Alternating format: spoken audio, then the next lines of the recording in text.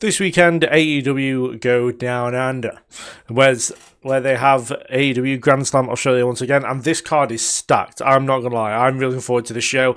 I know it's only like a TV special, collision special kind of thing, but no, the matches are really good. I'm really looking forward to this one, and yeah, I know there's not enough good I can say about this. They say that AEW's TV has been kind of lacking recently.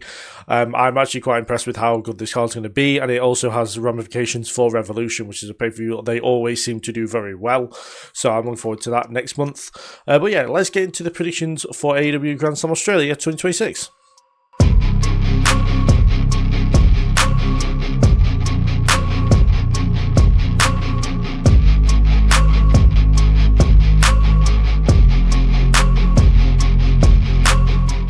We'll start off with the Women's Tag Team Championships, where we have the Babes of Wrath defending against Megabad. I don't really like calling them Megabad. It's Megan Bayne and Penelope Ford. And yeah, for me, I think we're going to get new champions here. I think Megan Bayne and Penelope Ford were the original two to win the tournament, but due to Penelope Ford's injury, they had to pivot slightly. But I feel like here, especially as Willow as TBS champion, which feels like the original plan they would have gone for. It feels like Willow will then concentrate more on the TBS championship. You give Megan and Penelope the tag team championships, and they kind of just run through the division essentially because Megan Bayne is such a beast. But yeah, I mean, I much prefer maybe Megan Bayne win the TBS championship from Willow and go on a singles run. But this feels just as good. To be fair, I say I'm not the biggest Penelope Ford guy, but she is really good in the ring. She's had some great matches in AEW. I feel like people forget how good she is due to the amount of injuries she's had. But no, for me, I do feel like they're going to go for a new champions here, go back to what feels like the original plan, as I've said. And then Willow can then concentrate on defending the TBS championship. But yeah, I feel like it's going to be a really good match. And this has given Harley a really good chance to have more exposure. People can see how much Harley's improved as well. So yeah, all around, this is going to be, I think, a really good place to change the championships around, because they've had, the Babes of Wrath had a smaller but pretty decent run, and Megan Bayne can then absolutely control the women's tag division. Moving swiftly on to the other tag team match, we have a mixed tag match where we have Wheeler Yuta and Marina Shafir taking on Orange Cassidy and Timeless Toni Storm in a hair versus hair match, but the person who takes the losing fall has to cut their hair. This has Wheeler Yuta taking a pin written all over it. They made such a big... Saying they made such a big deal out of Wheeler Yuta's hair is a bit of a stretch. But they've mentioned it so many times at this point that it just makes the most sense that Wheeler Yuta is the one that's going to go bald here. And I feel like it's not going to suit him at all. He's going to look really, really weird. He might even look a little bit like Moxley to a point. But yeah, I mean, as I said, it's been kind of weird at first, but we'll kind of get used to it as it is. But yeah, there's no way I see Toni Storm or Orange Cassidy cutting their hair. And yeah, it just makes the most sense for it to be Wheeler taking the pin here. I can't imagine Marina want to do it either, though I feel like there might be a moment where Toni is in mother's milk and is about to pass out and Orange will make the save. But no, I feel like here... I mean, you can't convince me otherwise. Wheeler Yuta is getting his head shaved at Grand Slam, and it's going to be pretty damn funny. After that, we have Jon Moxley defending the Continental Championship against Konosuke Takeshita. And you know what? I can actually see Takeshita getting the win here. I feel like we're going to get two new champions on the show, which may seem a little bit much, and I can see Moxley kind of defending here, but I feel like giving Takeshita a big championship win over Moxley would be huge for him. Also, it would mean that Don Callis family are like Kyle Fletcher winning the TNT Championship, hopefully on Dynamite away from...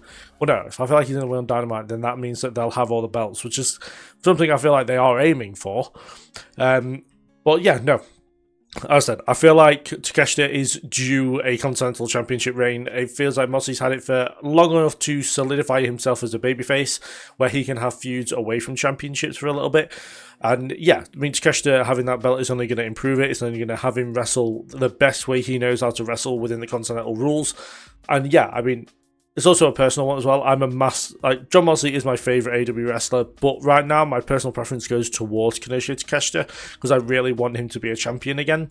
And it makes sense that Okada, Takeshita and Fletcher all be champions within the Don Callis family at the same time, something that I thought they were going to happen when they all got on. But I feel like if they do it now, they could do some kind of... I don't know, I've seen the suggestion that they do Fletcher versus Okada versus Takeshita at Revolution with all of them as champions, which feels like a missed opportunity because you're then taking away 3 championships away from one big pay-per-view, which I feel like would be a massive mistake. But other than that, I mean, I feel like all three of them can defend at Revolution, have really good matches, and then we can kind of see the implosion of the Don Card family happen later on in the year at this point. But yeah, for me, I'm going to go with kind of heart over head here and have Takeshita beat Moxley to become the new Continental Champion. After that, we have a number one contendership match for the AEW World Championship, where we will see Hangman Adam Page take on Andrade El Idolo, and someone who has pretty much hit a new prime right now is Andrade El Idolo. He is winning matches left, right, and centre, and not just squash matches. Matches against Swerve Strickland and Kenny Omega are massive, and yeah, he's been on quite the tear since he returned to AEW. And for me, this does not stop here. I feel like he wins this match, he beats Hangman Adam Page, and goes on to Revolution to face MJF or Brody King. But for me, I feel like this is probably going to be the best match on the card. Like, these two are fantastic in the ring. I think people have forgotten over the past few years how good Andrade is in ring. Well, the match with Omega was great. The match with Swerve was great. And I absolutely have no doubts that the best in-ring wrestler in AEW, Hangman Adam Page, will have a fantastic match with Andrade.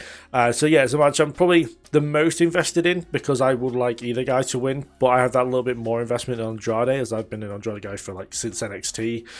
So yeah, I want to see him challenge for the World Championship, even if he does go on to lose the championship match. I feel like it would be a huge match for him on Revolution and really show that AEW are serious on pushing him this time round. And yeah, as I said, I can't wait to see the match go down because I know it's going to be an absolute banger. But yeah, for me, I'm going to go with Andrade to get the win. Finally, what I assume will be the main event, because it's the World Championship, we have MJF defending his championship against Brody King. And yeah, what a moment it was on Dynamite, seeing Brody King beat MJF in 1 minute 17 in absolute squash. I thought that was an awesome way to finish Dynamite. But the return match, the match for the championship, is only going MJF's way. He's not going to lose the title to Brody King, I don't think. And yeah, I feel like it's going to be a really good match there. I feel like MJF can have good matches with bigger guys. I can't think right now of an example, but MJF can pretty much have a good match with anybody because he's just so damn talented. So yeah, for me, it's going to be MJF to retain, quite simply. I can't see Brody King being world champion, but this has been a really good push for him, and hopefully it leads to maybe a mid-card championship in the future.